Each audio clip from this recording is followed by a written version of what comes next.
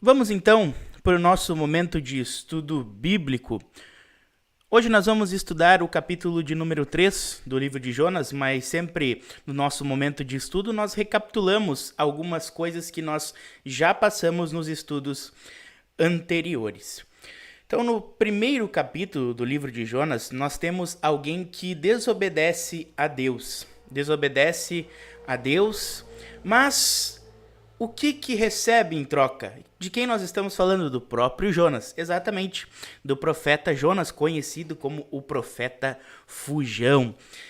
E Jonas, então, ele desobedece a Deus. Deus envia ele a pregar a grande cidade de Nínive, habitada pelos assírios. E Jonas, então, foge desse chamado de Deus. Por que ele foge desse chamado de Deus? Porque Jonas, ele ainda estava com raiva dos assírios. O povo assírio havia feito muito mal ao povo de Deus, ao povo de Israel. E Jonas, ele não conseguia compreender porque Deus queria que ele fosse até aquele lugar pregar para aquele povo que tanto mal fez para o povo de Deus, para o povo de Israel. E ele então foge. E no meio do caminho acontece algo estranho. Acontece algo que ele não estava esperando. Ele vai até Jope, no porto, pega um navio, e logo depois que eles saem do porto, vem uma tempestade muito forte que nem os marinheiros não estavam conseguindo compreender o porquê daquilo. Era algo que eles nunca tinham visto. E Jonas, então, ele é jogado para fora do barco, porque se descobre que Jonas fugiu do propósito que Deus havia chamado ele, pregar a Nínive. E aí o que acontece com Jonas? Jonas morre? Não. Deus é misericordioso. E Deus envia então um grande peixe que engole o profeta Jonas, e Jonas fica preso no ventre do peixe. Jonas então ele reconhece a soberania de Deus. E ele reconhece que se ele está ali dentro do ventre do peixe e ele não morreu lá nas profundezas do mar, é porque Deus está poupando a sua vida.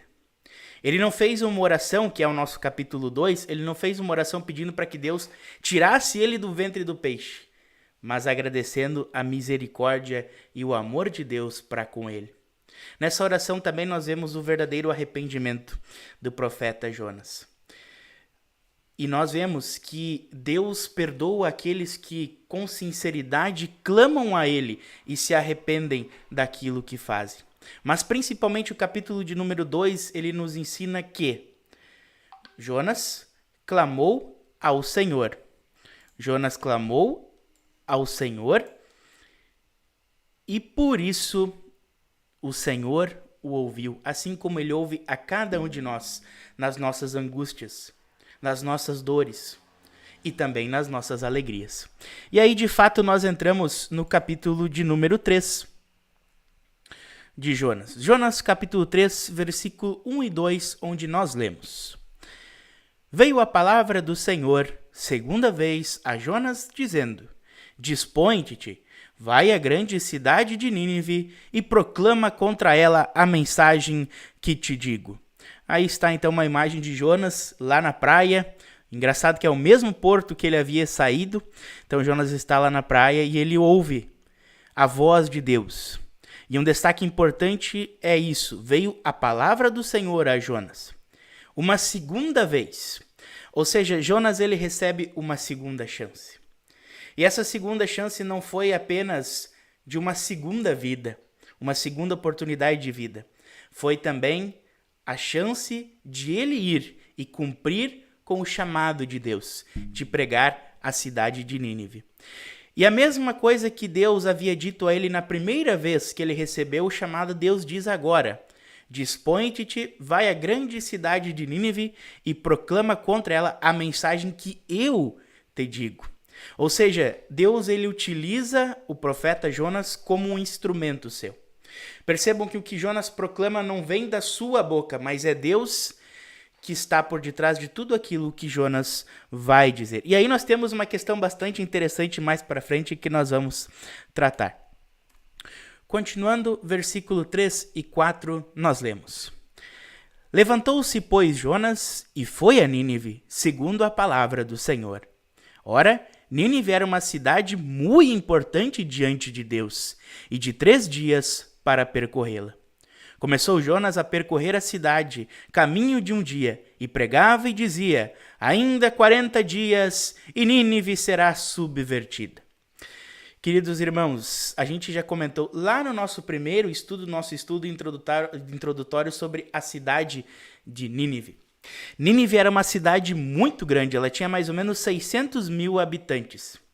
E por isso que ali no texto nós temos 3 dias para percorrê-la, de a pé. Detalhe, não tinha carro, e Jonas ali ele não tinha um outro animal que pudesse ajudar. Ele foi de a pé mesmo, percorrendo por cada rua, por cada beco, levando a mensagem de arrependimento. E um destaque aqui é que eu tenho quase certeza de que o tom que Jonas anunciava essa mensagem não era um tom muito agradável. Ainda 40 dias e Nínive será subvertida. Imaginem, Jonas ainda estava com raiva de Nínive, com raiva dos assírios. Então ele queria mais, mesmo que dentro de si estava o seu arrependimento, como nós sabemos, o ser humano, ele é pecador. E o pecado habita dentro de nós. Então Jonas, mesmo que ele foi e pregou a Nínive, certamente a mensagem dele era: ainda 40 dias e Nínive será subvertida. E dentro da sua mente estava o desejo de que Nínive, na verdade, fosse totalmente destruída. Que ninguém se arrependesse, que não houvesse arrependimento verdadeiro. E aí fica um spoiler, fica algo para mais adiante, que é o capítulo de número 4, que nós vamos ver o que acontece com Jonas. Mas Jonas vai e ele prega àqueles habitantes de Nínive o arrependimento. Continuando, o versículo de número 5 nós lemos: os ninivitas creram em Deus e proclamaram um jejum, e vestiram-se de panos de saco, desde o maior até o menor. Às vezes, a ação de Deus é uma ação que nós não conseguimos compreender. E aqui é realmente uma ação que nós não conseguimos compreender. Os ninivitas creram em Deus. Deus, mesmo utilizando um profeta que estava com raiva daquele povo, que não anunciava a mensagem de uma forma calma, de uma forma tranquila, mas com raiva, Deus agiu no coração dos ninivitas, através do seu Espírito Santo. E aquelas pessoas se converteram. Eu creio, e o que o texto nos mostra é que todos eles creram em Deus. Os ninivitas, toda a cidade creu em Deus. Essa mensagem foi se espalhando de uma boca para outra. Olha, Deus, o verdadeiro Deus, o Deus soberano, ele vai destruir Nínive se nós não nos arrependermos. Mas isso foi por causa do Espírito Santo que agiu no coração de cada um deles. E aí nós podemos dizer que é o maior avivamento do mundo. O que é um avivamento? O avivamento não é o que nós estamos acostumados a ouvir aí, um culto de louvorzão, onde as pessoas berram, elas gritam. O avivamento é quando muitas pessoas são convertidas à verdadeira fé. São convertidas para os braços de Deus, o Deus Pai misericordioso e bondoso, que entregou seu Filho Jesus para morrer por cada um de nós. Em sinal de verdadeiro arrependimento por tudo aquilo que eles estavam fazendo, e como nós vimos lá no primeiro capítulo, quando nós estudamos, a gente vê que eram coisas absurdas que os ninivitas faziam, eles se vestiram de panos de saco, desde o maior até o menor. Panos de saco, eles eram utilizados naquela época quando uma pessoa ela estava de luto. Era um sinal de... ela estava sofrendo, ela estava de luto. E em sinal também de arrependimento por algo que ela havia feito. Então se vestia de pano de saco. Este foi o sinal do verdadeiro arrependimento. Mas será que Deus ele perdoou os ninivitas porque eles se vestiram de panos de saco? Esperem até o final desse capítulo para nós vermos o desdobramento disso. Aí nós vemos então na imagem os ninivitas todos acrocados no chão, pedindo para que Deus os perdoe e louvando também ao Deus verdadeiro. Versículos 6 e 8 nós lemos: chegou esta notícia ao rei de Nínive, Ele levantou-se do seu trono, tirou de si as vestes reais, cobriu-se de pano de saco e assentou-se sobre cinza. E fez-se proclamar e divulgar em Nínive, por mandado do rei e seus grandes. Nem homens, nem animais, nem bois, nem ovelhas provem coisa alguma, nem os levem ao pasto, nem bebam água, mas sejam cobertos de pano de saco, tanto os homens como os animais, e clamarão fortemente a Deus, e se converterão, cada um do seu mau caminho e da violência que há em suas mãos. Queridos irmãos, a notícia ela chegou até o rei de Nínive. E o que o rei de Nínive então ele faz? Ele na verdade torna aquele decreto, aquilo que já estava acontecendo, um decreto oficial. Todos vão fazer. Mas na verdade, pelo relato do texto bíblico, nós vemos que todos os ninivitas se arrependeram. E a notícia chegou ao rei de Nínive. E como sinal também de verdadeiro arrependimento, o rei ele amplia um pouco esse decreto. Ele diz que se faça um grande jejum e que nem animais e nem coisa alguma possa provar, nem água, nem cereal, nem comida alguma, em sinal de verdadeiro arrependimento. E lá no final nós vemos que o próprio rei ele destaca cada um e se converterão cada um do seu mau caminho e da violência que há em suas mãos. Continuando, então, o texto bíblico, nós vemos aí o rei assentado em cinzas. Né? O rei ele se assenta nas cinzas também em sinal de contrição, em sinal de verdadeiro arrependimento e conversão. Versículo 9, nós lemos: Quem sabe se voltará a Deus e se arrependerá, e se apartará do furor da sua ira, de sorte que não pereçamos. É interessante que são palavras do rei de Nínive. Percebam que o rei de Nínive ele não diz o seguinte: vamos fazer isso porque aí sim Deus vai nos perdoar.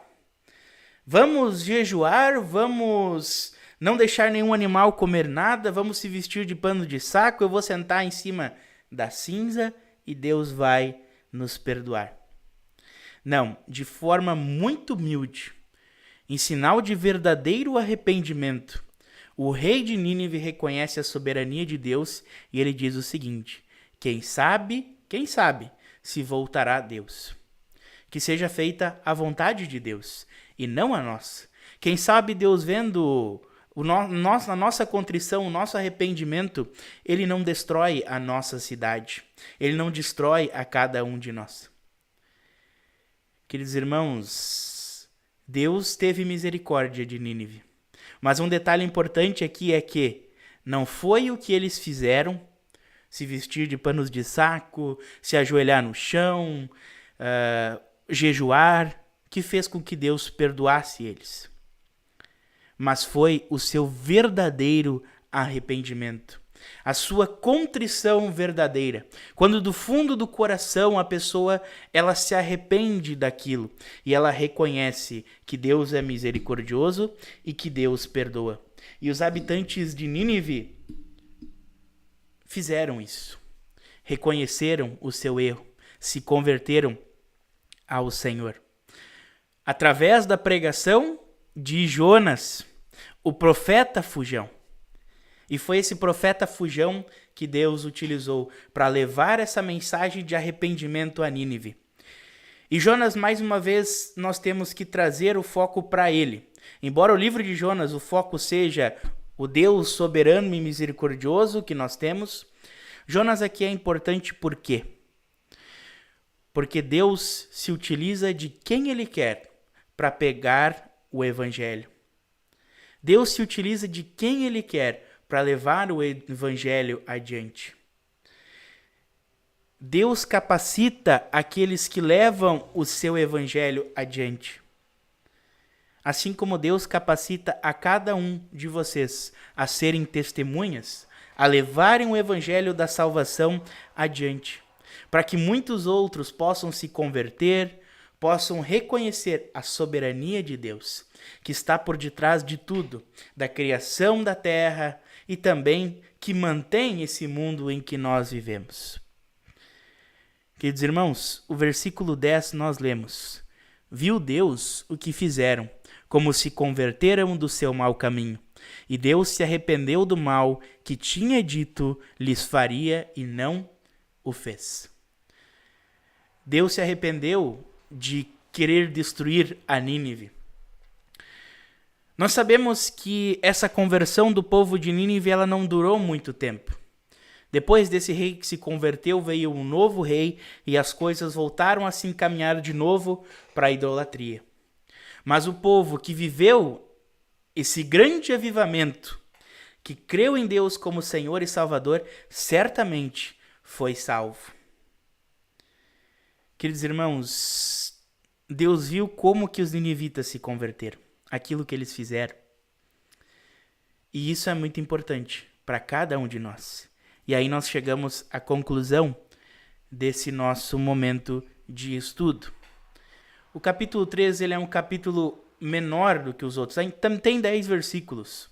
Mas a mensagem central dele é que Deus se utiliza de quem ele quer para pregar o evangelho, assim como ele utilizou de Jonas, que estava com raiva daquele povo, odiava aquele povo, queria que aquele povo fosse destruído. Mas da boca desse profeta veio o arrependimento ao povo de Nínive, a verdadeira contrição, e o Espírito Santo agiu no coração de cada um deles. Também nós temos aqui um destaque muito importante. Nós sabemos que só há salvação, só há vida eterna aqueles que verdadeiramente se arrependem dos seus pecados, se convertem ao caminho de Deus, assim como aconteceu aos ninivitas. Nós não precisamos nos vestir de panos de saco, não precisamos jejuar, não precisamos sentar sobre cinzas. Basta nós, lá no canto, no momento em que nós formos dormir, ou também em qualquer outro momento do dia, orarmos a Deus e pedirmos: Senhor, perdão por todos os meus pecados, por todos os meus erros, por todas as minhas falhas.